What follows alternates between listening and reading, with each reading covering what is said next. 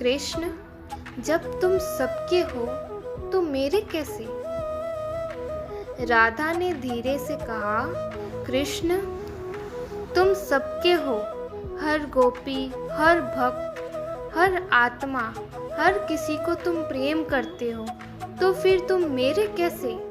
तो कृष्ण ने हल्की मुस्कान के साथ कहा, राधे, मैं सबका हूँ क्योंकि मेरा स्वरूप प्रेम है। पर जो प्रेम करता है वो अपना स्थान स्वयं बना लेता है। तो राधा ने कहा, तो क्या मैं भी बस एक प्रेमी हूँ, तुम्हारी उस लंबी सूची का नाम?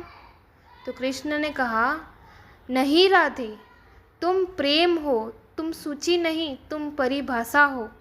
जब कोई मुझे प्रेम करना सिखाता है तो पहले उसे तुम्हारा नाम याद करना होता है।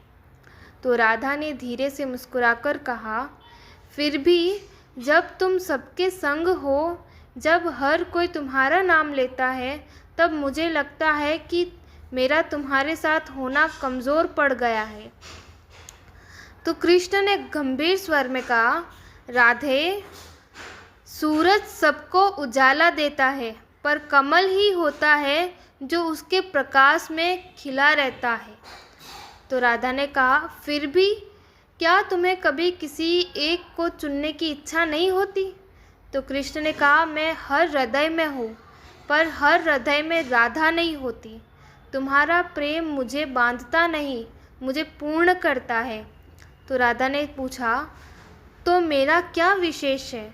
तो कृष्ण ने गहराई से कहा, तुमने मुझसे कभी कुछ मांगा नहीं, तुमने मुझसे कभी कुछ चाहा नहीं, तुमने मुझे जैसा हूँ वैसे ही स्वीकारा, तुमने मुझे अपने अस्तित्व का हिस्सा बना लिया। तो राधा भावुक होकर बोली, तो क्या मैं हमेशा तुम्हारी रहूँगी? तो कृष्ण ने कोमल स्वर में कहा, तुम कभी मेरी थी ही नहीं, तुम मैं ही हो। राधे, जैसे धड़कन हृदय की होती है, वैसे राधा कृष्ण की आत्मा एक ही है। तो कृष्ण ने धीरे से कहा, लोग सोचते हैं कि राधा और कृष्ण अलग हो सकते हैं, पर जो प्रेम नाम से परे हो वो कभी दूर नहीं हो सकता। तो राधा ने कहा, कृष्ण, अगर जीवन के अगले जन्मों में भी मुझे तुमसे मिलना हो, तो कृष्ण ने कहा,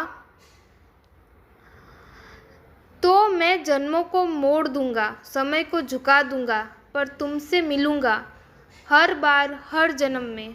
तो अंत में भक्तों, राधा और कृष्ण कोई दो नाम नहीं, वो एक ही आत्मा के दो भाव है। जहाँ प्रेम निष्कलंक हो वहाँ राधा है, और जहाँ प्रेम पूर्ण हो वहाँ कृष्ण। तो जय श्री राधे कृष्ण।